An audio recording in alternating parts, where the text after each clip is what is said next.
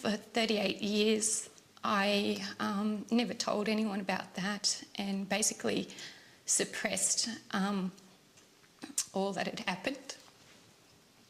I'd often blow up and yell a lot at the kids and hated myself for doing it. I was such a I'll get you back, resentment, you know, it didn't matter how long it took. It was really like this all the time. I was critical and really quick to, you know, to pull anyone down that I could.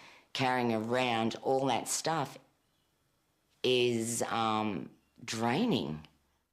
Mainly it's being used by people from all walks of life who know that in some way they feel held back or blocked in some way. I'd hit rock bottom. I'd hit to a point where I couldn't go any further down. I just got myself in this hole and I felt like that I couldn't get out, and to a point where I felt like I needed to end it. I lost my dad and my sister in a plane crash. It was a separation of my marriage, and not only from a marriage but from the kids as well. I mean, it was an incredible time for all of us. What brought me to the journey was being diagnosed with non-Hodgkin's lymphoma and scleroderma. Both of them are incurable diseases. At the age of 27, I'd been told that I couldn't have children. I can remember getting up one morning and just looking up at God and just saying, please help me to get in touch with the anger and the resentment that I was holding. We need to look at endometriosis, which is the disease that I had. The journey actually helped me to get in touch with who I was and to actually go back and look at some of the things that had happened in my life. I'd always blocked the wants and the needs, and it's like, I can't have children, so I won't even think about it. It doesn't seem to matter what your background is, what your age is, what your religious background is. Everyone is capable of going about the process of doing the journey. The love of God just burns within me, especially when I see others growing through doing something as simple as a journey process.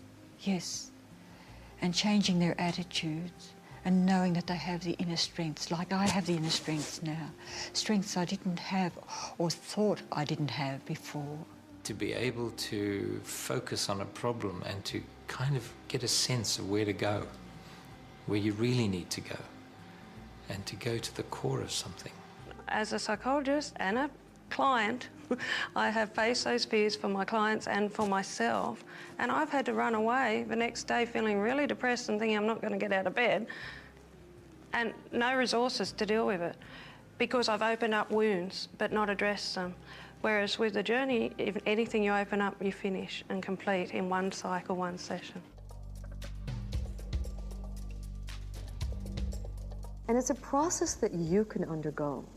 And this really is an invitation for you to go on your journey. My diagnosis at the moment is that I'm 6 years in remission, which I don't like using that terminology. I like to use I'm clear. Both the oncologist and my immunologist that looks after the scleroderma part of it have said that I have beaten 2 incurable diseases, so I'm very, very happy with that. Yes, so yeah, I'd say I'm top of the world at the moment. I think the final change for me, that the journey woman process, that the person I was doing it with halfway through said, do you want children? Do you want to have a baby? And it was yes, that we'd made the decision to try, and it was okay. And so 2 weeks after, I was pregnant. It was like somebody put their hand into the very core of my pain and dragged it out, and it's been like that ever since. It's just been a letting go, a letting go, a letting go.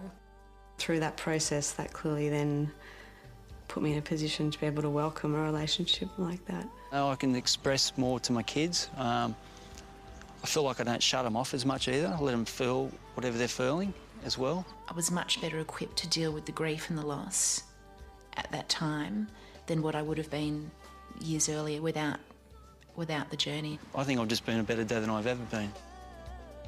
It's a great tool, if I can use that teaching word, it's a great tool to have in your arsenal to work with children, with parents and with yourself. Take a chance. If you do, you'll find you find life much more easier. I can't imagine life without I can't imagine life without Journey, and that's why I'm so glad we found it. I'm so glad. I'm in a space at this time in my life, at 54 years old, of something like bliss for the first time. I've been in recovery nearly 7 years, and I've done a lot of work on myself in those 6.5 years, but nothing to what the Journey did for me in one weekend. Just if everyone did journey work, we could just heal the world, actually. There is no division between what I do as a Western medical doctor and what I do in terms of thinking outside the box and using journey work. Has brought so much life into so many whom I have touched, and into me too, clearing away the murkiness in my own life. And just making me a more open, a more loving, a more beautiful person. There's freedom in this work. There's freedom in the journey.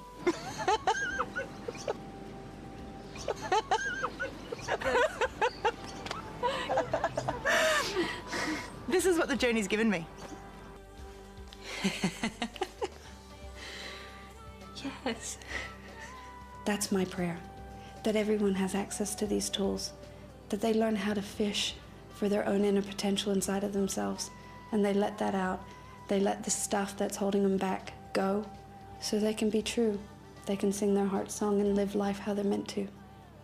So the time has come for you to begin your journey. The time is now.